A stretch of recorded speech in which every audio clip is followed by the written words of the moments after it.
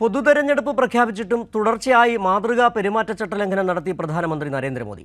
സർക്കാർ സംവിധാനങ്ങൾ ഉപയോഗിച്ച് മോദി പ്രചാരണം നടത്തുന്നുവെന്ന് ചൂണ്ടിക്കാട്ടി നൽകിയ പരാതി ചണ്ഡീഗഡ് റിട്ടേണിംഗ് ഓഫീസർ തെരഞ്ഞെടുപ്പ് കമ്മീഷന് കൈമാറി. വാട്സ്ആപ്പ് സന്ദേശത്തിലൂടെയും പ്രചാരണ യോഗങ്ങൾക്കെത്താൻ നാവികസേനാ വിമാനം ഉപയോഗിച്ചും മോദി ചട്ടലംഘനം നടത്തുന്നുവെന്നാണ് പരാതി.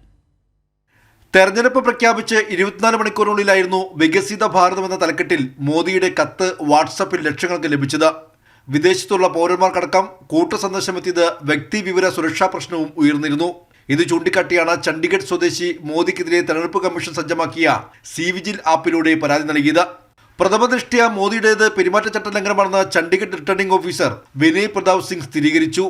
ചണ്ഡീഗഡിലെ ജില്ലാ മീഡിയ സർട്ടിഫിക്കേഷൻ ആൻഡ് മോണിറ്ററിംഗ് കമ്മിറ്റിയാണ് പരാതി പരിശോധിച്ചത്. തന്റെ അധികാര പരിധിയിൽ കവിഞ്ഞ വിഷയമായതിനാൽ ആവശ്യമായ നടപടിയെടുക്കാൻ കേന്ദ്ര തെരഞ്ഞെടുപ്പ് കമ്മീഷന് പരാതി കൈമാറിയിട്ടുണ്ടെന്നും അദ്ദേഹം അറിയിച്ചു. സർക്കാർ സംവിധാനങ്ങൾ ദുരുപയോഗം ചെയ്ത് കൂട്ടമായി വാട്സ്ആപ്പ് സന്ദേശം അയക്കുന്നത് BJP ഇപ്പോഴും തുടരുകയാണ്. മാത്രമല്ല, പെരുമാറ്റച്ചട്ടം നിലവിൽ വന്ന ശേഷമാണ് ആന്ധ്ര, തമിഴ്നാട് സംസ്ഥാനങ്ങളിലെ പ്രചരണ യോഗങ്ങൾക്കെത്താൻ മോദി നാവികസേനയുടെ ഹെലികോപ്റ്റർ ഉപയോഗിച്ചതും. ഇതിനെതിരെ തൃണമൂൽ എംപിയായ സാഗത് ഗോഖലെ തെരഞ്ഞെടുപ്പ് കമ്മീഷന് കഴിഞ്ഞ ദിവസം നേരിട്ട് പരാതി നൽകിയിട്ടുണ്ട്.